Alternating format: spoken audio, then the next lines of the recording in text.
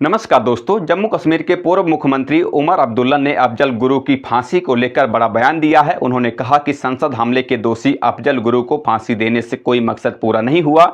यह भी कहा कि जम्मू कश्मीर सरकार अफजल गुरु की फांसी को कभी मंजूरी नहीं देती और उसकी फांसी में जम्मू कश्मीर सरकार की कोई भागीदारी नहीं थी।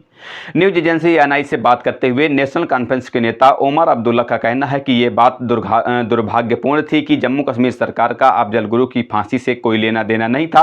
अगर आपको ये काम राज्य सरकार की अनुमति से करना पड़ता तो मैं आपको स्पष्ट रूप से बता सकता हूं कि इसकी अनुमति नहीं मिलती। हमने ये नहीं किया होता। मैं नहीं मानता कि उसे फांसी देने से कोई मकसद पूरा हुआ है। इस दौरान उमर अब्दुल्ला ने यह भी कहा कि वो मौत की सजा के खिलाफ हैं और वो इस बात पर विश्वास नहीं करते कि अदालतें अचूक हैं। उनके मुताबिक हो सकता है कि भारत में ऐसा ना हो, लेकिन अन्य देशों में जहां लोगों को फांसी दी गई, बाद में सबूतों में पाया गया कि फैसला गलत निकला। आपको बता दें कि अफजल गुरु 2001 में संसद पर हुए आतंकी हमले का मास्टरमाइंड था। उसे 9 फरवरी 2013 को फांसी पर लटकाया गया था। जब अफजल गुरु को फांसी दी गई थी उस समय उमर अब्दुल्ला जम्मू कश्मीर के मुख्यमंत्री थे। अफजल को फांसी पर लटकाए जाने के बाद कश्मीर में उनकी सरकार को काफ़ी नाराजगी का सामना करना पड़ा था। जम्मू कश्मीर का इस बार विधानसभा चुनाव एक लिहाज से ऐतिहासिक है। अनुच्छेद 370 के निरस्त होने के बाद पहले विधानसभा चुनाव 3 चरणों में वोट पड़ेंगे।